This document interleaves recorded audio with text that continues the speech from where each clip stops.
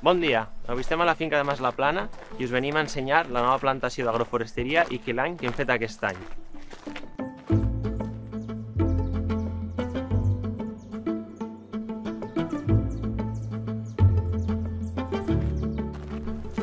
Encara que no ho sembli, aquí darrere tenim una vinya, el que passa que estem en la franja forestal d'aquesta vinya, a l'altre cantó tenim els ceps.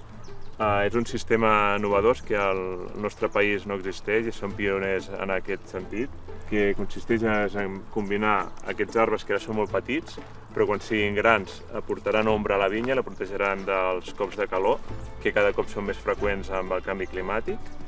I a més, per completar aquesta franja, hi plantem arbustos de la família de les lleguminoses que aporten nitrogen al sòl i també aromàtiques. Estem a una vinya que vam plantar a inicis del 2025, a la primavera. Hem hagut de fer diferents canvis per tal d'adaptar-nos al canvi climàtic i minimitzar els efectes de sequera i d'altes temperatures. Entre ells, el principal és el sistema Keyline. El que fem és seguir les corbes de nivell per tal de redistribuir millor l'aigua de pluja i que la infiltració sigui més homogènia en tota la parcel·la. A més, obtenim un benefici indirecte, que és que minimitzem l'erosió del sòl i mantenim tota la capa fèrtil del mateix. Els propers anys farem l'empelt sobre el portaempelt per tenir la varietat Cabernet Sauvignon i, com podeu veure, formarem tot l'eix amb aquesta part d'aquí i quedarà tota la vegetació així. De fet, el raïm penjarà i la vegetació mateixa el protegirà de la incidència del sol. Una altra de les eines que hem hagut d'utilitzar pels anys, sobretot de sequera, és el reg.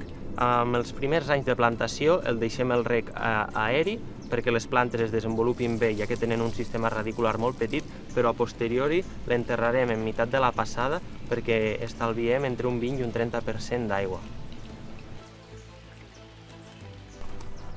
Vale, doncs anem a veure la bassa, a veure si ha recollit l'aigua. Sí, som-hi.